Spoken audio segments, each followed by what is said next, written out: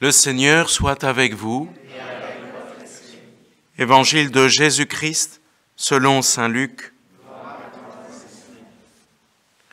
En ce temps-là, Jésus disait à ses disciples, « On portera la main sur vous et l'on vous persécutera. On vous livrera aux synagogues et aux prisons. On vous fera comparaître devant des rois et des gouverneurs à cause de mon nom. Cela vous amènera à rendre témoignage. Mettez-vous donc dans l'esprit que vous n'avez pas à vous préoccuper de votre défense. C'est moi qui vous donnerai un langage et une sagesse à laquelle tous vos adversaires ne pourront ni résister ni s'opposer. Vous serez livrés même par vos parents, vos frères, votre famille et vos amis, et ils feront mettre à mort certains d'entre vous. Vous serez détestés de tous à cause de mon nom, mais pas un cheveu de votre tête ne sera perdu.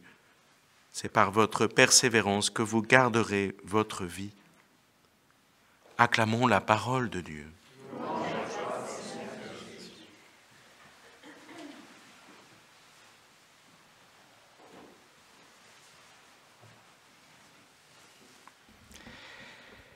Fréquemment, la parole de Dieu rejoint l'actualité, où l'actualité peut se laisser éclairer, interpeller par la parole de Dieu. L'évangile de ce jour, la mémoire des martyrs du Vietnam, nous mettent face à la réalité de la persécution des disciples de Jésus. Et l'on sait bien que lorsqu'on se dit chrétien, catholique dans le monde d'aujourd'hui, on est rapidement, pas toujours, mais en tout cas, on peut être soumis à la critique, voire à l'incompréhension. L'archevêque de Paris est mis en cause par un hebdomadaire. Voilà une illustration parmi d'autres de ce que l'on encourt quand on s'expose au nom de Jésus. Ce que je voudrais nous inviter à retenir pour nourrir notre espérance, notre persévérance, vous voyez que l'Évangile dans sa finale nous invite à persévérer au creux des persécutions, des incompréhensions. Comment nourrir cette persévérance autrement que par un volontarisme tendu, ce qui n'est pas de l'ordre de la grâce? Eh bien, je crois que nous en avons une clé dans la première lecture, où là aussi nous voyons que des croyants, déjà dans le Premier Testament, lors de l'exil à Babylone, ont été persécutés, et pour autant le Seigneur ne les a pas abandonnés, puisque Daniel a reçu un esprit de sagesse, comme Jésus le promet dans l'Évangile, et qu'il a su répondre au roi pour interpréter ce songe. Et dans l'interprétation du songe, il y a un reproche qui est fait au roi, c'est qu'il est trouvé trop léger. Tu as été pesé dans la balance et tu as été trouvé trop léger. Or pourtant ce roi, aux yeux du monde, il pesait lourd. D'abord il était roi, donc il avait une autorité politique certaine, il avait des domaines, un empire même, un royaume assez grand, des richesses, vous voyez, puisqu'il offre un banquet, il fait venir des vases d'or et d'argent qui ont été pris dans le temple de Jérusalem par son père, Nabuchodonosor.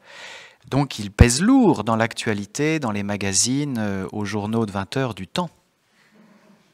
Bon, il n'y en avait pas, mais quand même, il pesait lourd.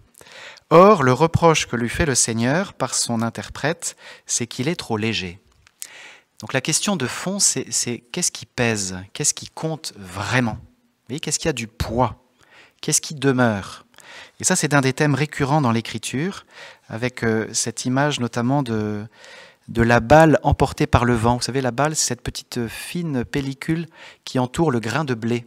Et quand on fait la moisson, après avoir ramassé les épis, on sépare les épis des tiges, de la paille, et puis on va broyer le grain pour justement séparer le grain de la balle, de cette écorce, et on va la faire s'envoler en passant par les tamis ou par la vanneuse. Il y a toute une ingénierie intéressante.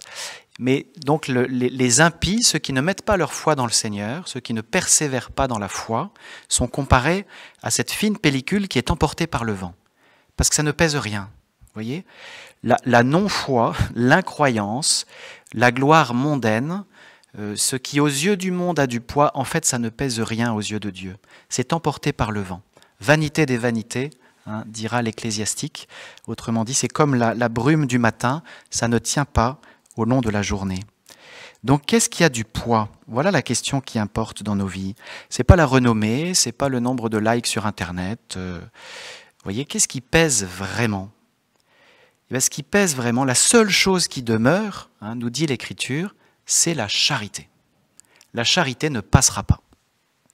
Donc tout ce qui dans nos vies est de l'ordre de la charité, même si ça passe sous les écrans radars de l'actualité, et même davantage encore si c'est discret, ce que tu fais dans le secret, ton Père te le revaudra, plus c'est humble, plus c'est discret, eh bien plus ça tient, plus ça a du poids. Et c'est ça qui sera dans la balance au jour du jugement. Voyez, il est trop léger parce qu'il y avait beaucoup de mondanité, il y avait beaucoup de gloire éphémère, le bon roi de Babylone, mais il n'y avait aucun poids de charité. Ce qui leste une vie, ce qui fait tenir notre vie aux yeux de Dieu, c'est l'amour. Amen.